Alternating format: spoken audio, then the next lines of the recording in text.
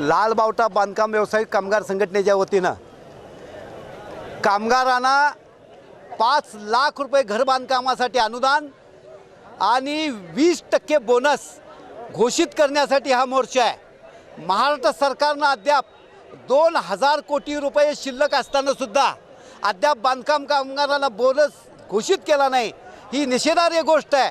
आणि म्हणून कोल्हापूर शहरात आणि जिल्ह्यातल्या सर्व बांधकाम कामगारांच्या वतीनं आज कोल्हापूरच्या सहाय्यक कामगार आयुक्त कार्यालयावर येऊन आम्ही नोटीस देत आहोत।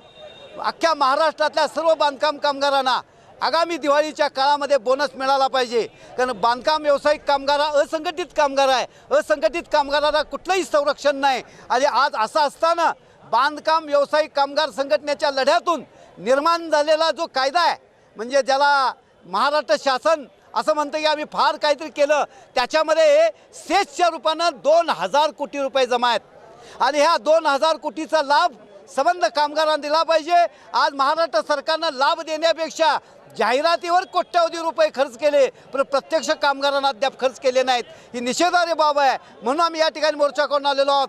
आणि त्याचप्रमाणे हा जो बांधकाम कामगार आहे, ज्यांना घरं बांधले जातात त्यांची स्वतःची घरं नाहीत, म्हणजे दुसऱ्याचं घर बांधणाऱ्याला स्वतःचा आसरा नाही, त्यांना सुद्धा 5 लाख रुपये घर बांधकामासाठी अनुदान दिला पाहिजे, या आग्रहासाठी आज मोर्चा आहे। या दोन्ही प्रश्नांच्या बद्दल राज्य शासनानं गंभीर दखल घेतली नाही तर ह्याच्यापेक्षा तीव्र आंदोलन आगामी काळात करणार आहोत। आणि दिवाळीला कोणत्याही परिस्थितीत बोनस घेतल्याशिवाय आम्ही राहणार नाही। बोनस हा आमचा हक्क आहे आणि बोनस हा मिळालाच पाहिजे, याच्यासाठी हा मोर्चा आहे।